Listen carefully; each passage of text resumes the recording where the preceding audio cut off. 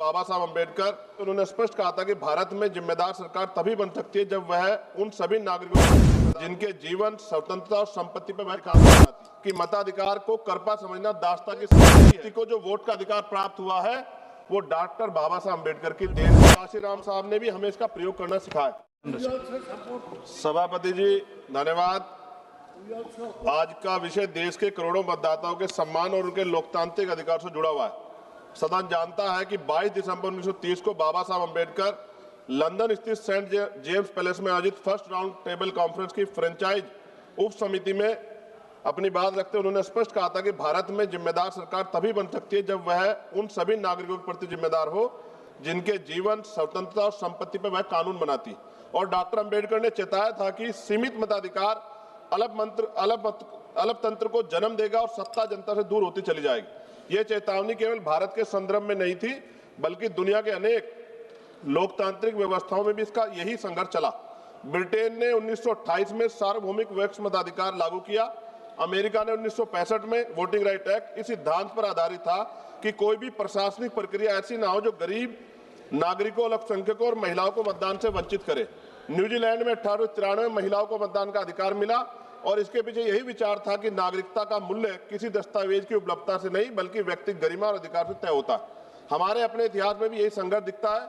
1919 की चैम्सफोर्ड सुधारों से लेकर भारत सरकार ने 1935 तक मताधिकार को संपत्ति, आय और शिक्षा जैसी उपनिवेशिक योग्यताओं से बांधा गया था। डॉक्टर अम्बेडकर ने 17 मई 1929 को अपनी रिपोर्ट में लिखा था कि मताधिकार को करपा समझना दास्ता की स्वीकृति है और इसी विचारधारा ने हमेशा संविधान में आरंभ से ही सार्वभौमिक वयस्क मताधिकार को शामिल करवाई। ये उपलब्धि ब्रिटेन, अमेरिका, फ्रांस जैसे देशों की तुलना में कहीं अधिक साहसी और प्रगतिशील थी। सभापति जी, राउंड टेबल कॉन्फ्रेंस में 5 करोड़ से ज्यादा जो कमजोर वर्ग के लोग थे उनके 2 प्रतिनिधि थे, डॉक्टर अम्बेडकर और श्रीनिवासन, और अधिकांश राजनेता जो पुरानी व्यवस्था थी निर्वाचन की उससे सहमत थे, जिसमें 80 लाख लोगों को वोटिंग का राइट था और वो संपन्न स्वर्ण जातियों के लोग थे। मैं आज सदन के माध्यम से देश के प्रत्येक नागरिक को बताना चाहता हूं कि आज जो देश में प्रत्येक वयस्क व्यक्ति को जो वोट का अधिकार प्राप्त हुआ है वो डॉक्टर बाबा साहब अम्बेडकर की देन है और माननीय काशीराम साहब ने भी हमें इसका प्रयोग करना सिखाया। माननीय सभापति, जब SIR मताधिकार के लिए निर्वाचन आयोग द्वारा ऐसे दस्तावेज मांगे जा रहे हैं जो बड़ी संख्या में नागरिकों, विशेषकर महिला और गरीब भूमंतो जातियों, आदिवासियों, दलितों, वन गुजरों के पास उपलब्ध नहीं है। आधार कार्ड जो देश के अधिकांश नागरिकों के पास उपलब्ध है उसे पर्याप्त क्यों नहीं माना जा रहा है? डॉक्टर अम्बेडकर ने इसे अन्याय बताता और कहा था व्यक्ति जितना गरीब होगा उसके मताधिकार देना उतना ही आवश्यक होगा। और उन्होंने कहा political power is the master key by which you can open all door of your progress. भारतीय फ्रेंचाइजी समिति 1932 ने कहा था साक्षरता, बुद्धिमत्ता या राजनीतिक क्षमता का माप नहीं है। और ज्योतिबा फूले ने 1882 में हंटर कमीशन में कहा था यदि शिक्षा और अवसर बराबर नहीं है तो अधिकारों की समानता ही समाज को संतुलित रखेगी। पेरियार ईवी रामास्वामी नायकर ने कहा कि राजनीतिक अधिकार जन्मसिद्ध अधिकार है, इन्हें योग्यता के नाम पर सीमित नहीं किया जा सकता। चौधरी चरण सिंह जी ने भी कहा मताधिकार लोकतंत्र की नींव है। उनको तो ये भी कहना था कि भारत में मतदान करना अनिवार्य। मेरी भी मांग है कि मतदान अनिवार्य कर देना चाहिए। महामना रामसुब्रमण्यम वर्मा जी ने कहा वोट केवल राजनीतिक प्रक्रिया नहीं बल्कि सामाजिक न्याय प्राप्त करने का साधन है। SIR की ड्राफ्ट मतदाता सूची प्रकाशन में दोहरी प्रविष्टियां, मृतक घोषित किए गए जीवित लोग और अनेक गलतियों ने पूरे सिस्टम की पारदर्शिता में प्रश्न चिन्ह लगा दिया है। इस प्रकार की त्रुटियां बताती है जो 1928 और 1932 में भारतीय आयोग ने कहा था कि प्रशासन की कमजोरियां नागरिकों के अधिकार छीनने का आधार नहीं हो सकती। जी स्वरूप अभी बस कुछ रह गया थोड़ा सा। SIR के संबंध में विवाहित महिला मतदाता और BLO की स्थिति को नजरअंदाज किया जा रहा है। जब कोई महिला 20-25 वर्ष अपने पति के साथ एक ही पते पर रहती है, उसके बच्चे भी वहीं पढ़ते हैं, तो उसको अलग से उसको लेगेसी लिंकेज क्यों मांगा जा रहा है? क्यों 20-25 वर्षों बाद भी पति के पते को और पति के मतदाता पहचान पत्र को अस्थायी क्यों नहीं माना जा रहा है? यह प्रक्रिया न केवल व्यवहारिक है बल्कि महिलाओं को मतदाता सूची से बाहर करने पर गंभीर खतरा। SIR प्रक्रिया में लगे BLO और अत्यधिक कार्य दबाव के कारण कई BLO ने सुसाइड नोट लिखकर आत्महत्या की। प्रशासनिक अधिकारी ने उसे एक स्वाभाविक घटना बताया जो गैर जिम्मेदार दिखाता है। बिना प्रशिक्षण के BLO से SIR या जटिल कार्य कराना पूर्णतः व्यवहारिक है।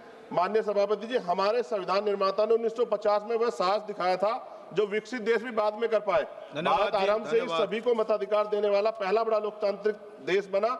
लेकिन आज यदि SIR प्रक्रिया जैसी एसआईआर जैसी प्रक्रिया उस मताधिकार को कठिन बनाती है, तो ये एक सदी की प्रगति को पीछे ले जाने वाला कदम होगा। सभापति जी, क्योंकि सुधार की बात हो रही है, तो मैं आग्रह करूंगा आपके माध्यम से कि बीएलओ की सुरक्षा, मानदेय, कार्य सुविधा, यथार्थ समय सीमा सुनिश्चित की जाए, उनकी समीक्षा की जाए।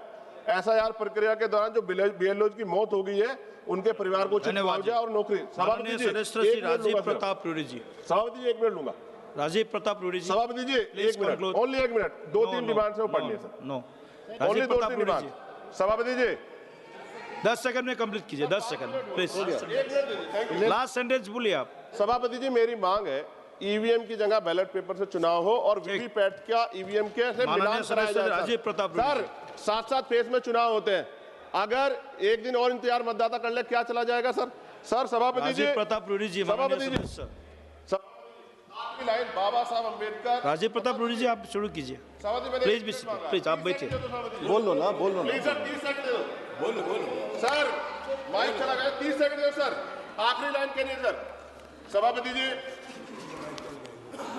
सभापति जी, 30 सेकंड। सभापति जी, आप ही रूडी जी, आपका समय शुरू हो गया है।